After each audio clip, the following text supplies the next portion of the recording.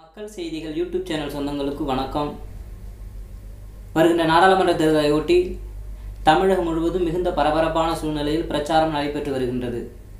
அதே வேளையில் இன்று சென்னை உயர்நீதிமன்றம் அதிரடியான ஒரு தீர்ப்பு வழங்கியது. அது என்ன தீர்ப்புன்னு பார்த்தீங்கன்னா, சென்னை டு சேலம் 8 வழிச்சாலைக்கு தடை. சென்னை உயர்நீதிமன்றம் தடை விதிப்பதற்கு காரணம் யாருன்னு பார்த்தீங்கன்னா, பாட்டாளி மக்கள் கட்சியை சார்ந்த டாக்டர் அன்புமணி ராமதாஸ் அவர்கள்.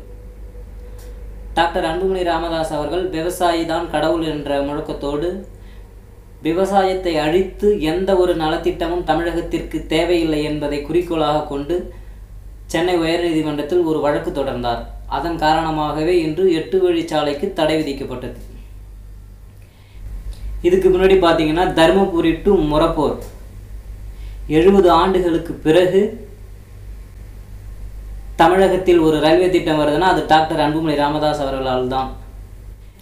அது மட்டுமல்லாமல் இதற்கு முன்பு மத்திய சுகாதாரத்துறை அமைச்சராக இருக்கும்பொழுது பார்த்திங்கன்னா, நமக்கெல்லாம் தெரிஞ்ச ஒரு திட்டம்தான் அவசர ஊர்தி 108 ஆம்புலன்ஸ் திட்டம். இந்த திட்டத்தையும் டாக்டர் அன்புமணி ராமதாஸ் அவர்கள் தான் கொண்டு வந்தாங்க.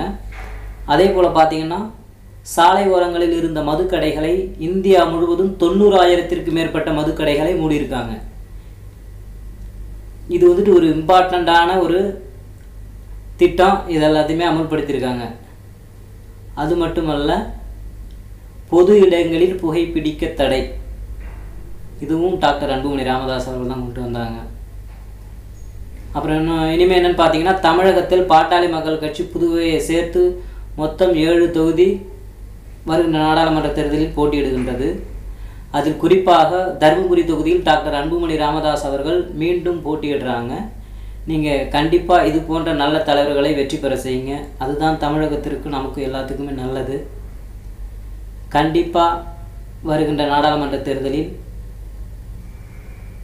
அதிமுக கூட்டணி கட்சிகளான பாட்டாளி மக்கள் கட்சி, பாரதிய ஜனதா கட்சி, தேசிய முற்போக்கு திராவிட கட்சி, இது போன்ற கட்சிகளுக்கு வாக்களித்து தமிழக நலத்தை காத்திடுங்கள்.